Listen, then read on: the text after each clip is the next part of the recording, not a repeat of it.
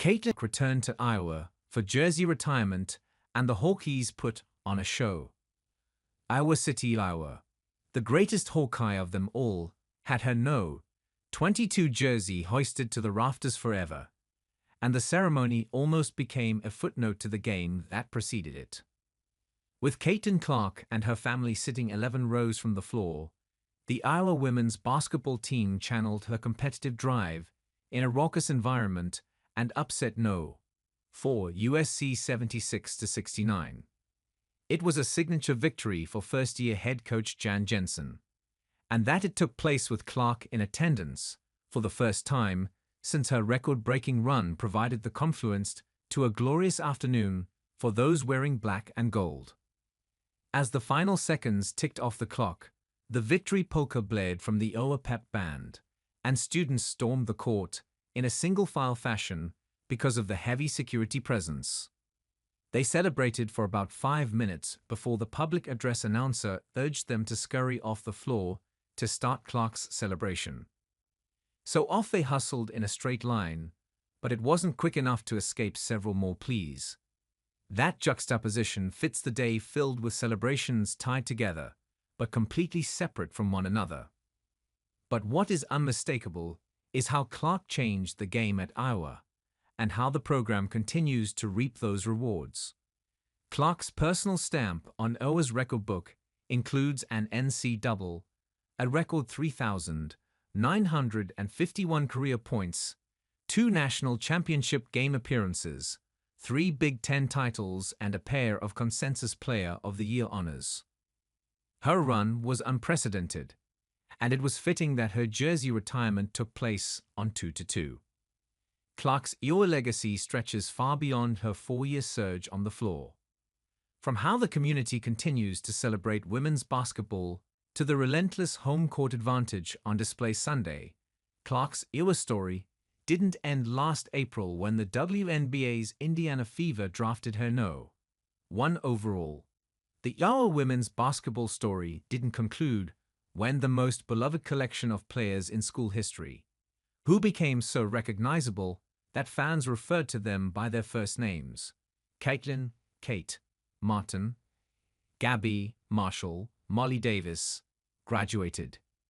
Interest in women's basketball didn't fade when Coach Lisa Bluder, the Big Ten's winningest women's basketball coach and every bit as cherished as her players, retired in May. It was only the beginning.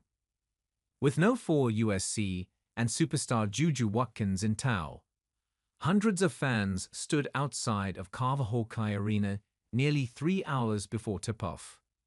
The cheapest ticket on the resale market was $153, but it was located nearly on top of the arena. Fans of every age group dug out their No. 22 shirts, and the festive vibe permeated the pre-game environment. A season after Iowa became the first women's basketball program in Big Ten history to sell every ticket for every home game, the Hawkeyes repeated that feat.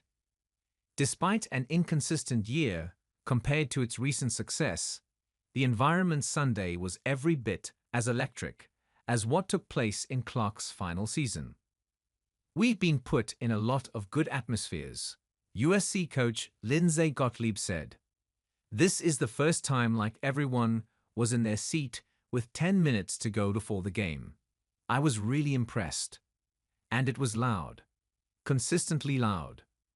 In pregame introductions, fans applauded Watkins, and a decibel reader reached 103. The sound grew for Iowa's turn, and reached a point where hearing the public address announcer was difficult. The tip-off, it was like, "Woo, my ears," Iowa guard Lucy Olson said with a laugh. "I was like, I hope it's a little quieter." Instead, it became deafening. On Iowa guard Taylor McCabe's first three-pointer, the sound hit 117 decibels. When Sydney Affolter's three-pointer put Iowa ahead 6-1, it was 118 decibels. It never reached the 119 from when Clark drilled a buzzer-beating three-pointer to beat Indiana 2 years ago, but the outbursts consistently exceeded 115 from the first quarter to the final seconds. This is the post-Caitlin Clark world in our city. The passion surrounding women's basketball perhaps doesn't peak as much publicly as it did last season, but it remains strong, and it's healthy. Along with the cheers at her introduction, Watkins saw fans wearing her t-shirt. One read, "I may live in Iowa, but I cheer for Juju." A preteen sported a Watkins shirt, came to the floor during a timeout, and held a sign about wanting to be like Juju. Fans took pictures of Watkins warming up like they did for Clark a year ago. Instead of 22, and Caitlin, "It's cool to see I get some love," as well, Watkins said. "Tonight was all about her, Clark, and to see my supporters, as well, that was really cool." The appreciation was reciprocated.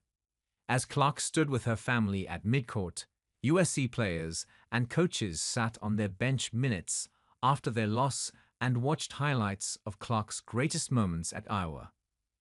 After her jersey was brought alongside Iowa's 2 runner-up banners, Clark also tossed flowers toward both Watkins and USC, saying, "I'm a big fan," which was met with applause. "Obviously, the magnitude of this day isn't lost on us," Gottlieb said. "From the non-basketball game piece of it, I'm really impressed with the atmosphere here, the love for women's basketball, the appreciation for what Caitlin has done, and Coach Bluder. So we had decided prior to the outcome of the game that we were going to stay out there and be part of that to honor her and where women's basketball is. All the people in women's basketball now, they really appreciate what Caitlin and company did. And hopefully what we did here at the University of Iowa," Jensen said. "Caitlin's one of one, and so I think most teams would have wanted to stay to see that respect. But I certainly thought it was cool that Lindsay and her group did."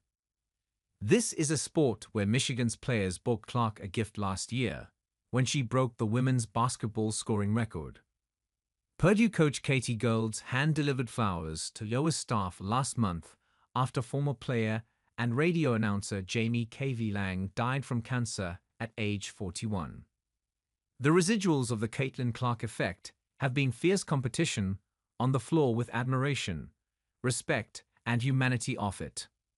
Women's basketball is both warm and cool, which was succinctly summed up by Bluder as she looked directly at Clark. "You have been that role model for thousands and thousands of girls and boys across this country," Bluder said to cheers from men wearing No. 22 shirts to the USC players and staff still on their bench. "You showed why it's wise to invest in women's sports, why it's wise to invest in women. It's not only the right thing to do, but it's the smart thing to do. No truer words have been said. After all, just look at Iowa."